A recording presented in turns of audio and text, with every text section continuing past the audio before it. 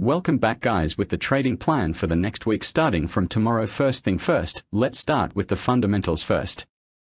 Israel-Iran standoff is fated with the miseries of the Palestinians to continue, unfortunately, with Israel now making advances towards Rafah. Traders and investors are once again focusing on global economic data and outlook and looking for Fed rate decision this week. Last week global economic data, primarily PMIs, remained flat. However, surprise advanced U.S. quarterly GDP numbers pushed back dollar bulls a little initially. However, after release of PCE index data, dollar regained some of lost strength. Though PCE index came flat but showed that inflation remained elevated in last couple of months and shall remain point of concern for Fed in foreseeable future. Nothing much on war-like situation in Middle East despite Israel continuing its advances towards more Palestinian territories. Now Rafah this week, most of the economic data coming from US with FOMC and federal fund rate on late Wednesday night, followed by all-important NFP on Friday before New York session.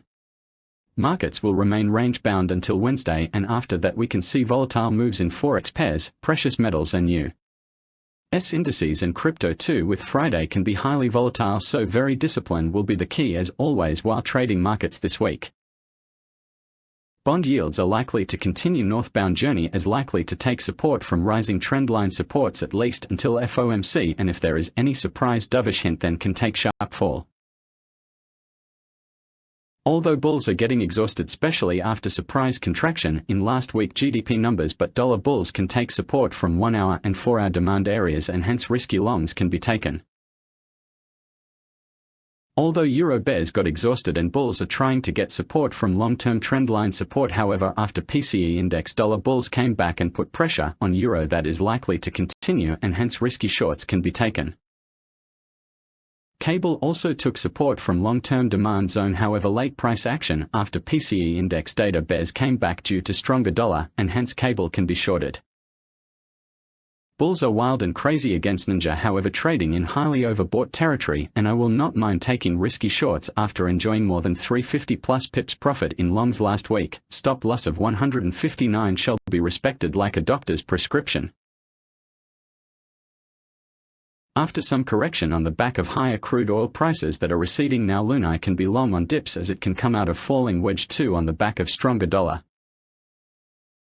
Dollar against Swedish krona can keep northbound journey as likely to keep taking support from rising trendline support and hence shall be long at dips or even market longs. After surprise rate cut from SNB, dollar bulls are taking one resistance after another and now trading at long-term trendline resistance and hence shall be good for long on dips or even market longs. After some recovery by Aussie bulls seems exhausted and can come out of rising wedge and then can retest support and hence shall be good for shorts. Like Aussie, Kiwi also took some support and bounced back, however already out of rising wedge and bull seems exhausted and hence market shorts or shorts at strength is suggested. Is it dead cat bounce in gold? Recovery looks weak below 2,350 as unable to sustain above 2,350 and on back of recovering dollar I am suggesting short at strength or even market shorts. Likewise silver is facing falling trendline resistance on 1 and 4-hour time frame and shall be good for market shorts or at strength. Crude oil is no more driving by OPEC. With war clouds over bulls also likely to be over and crude oil likely to face resistance at confluence of trendline resistance and supply area and hence short at strength or even market shorts are suggested. Last week's risky longs in U.S. indices proved fruitful and longs are likely to be continued despite weak quarterly GDP numbers that looks like to be taken by markets as one-off data and hence one can keep longs in them with strict stop loss and even change of strategy from long to short.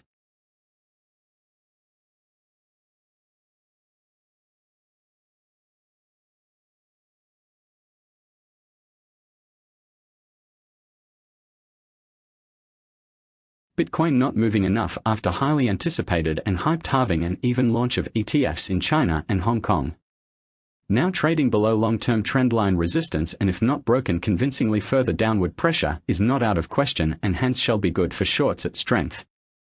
Same can be considered for Ethereum with strict stop loss as now the steam is being pumped in Ethereum with the same ETFs.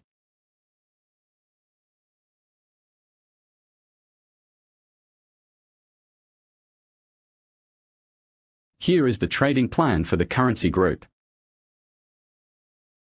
And here is the trading plan for the precious metals, energy, US indices and crypto group.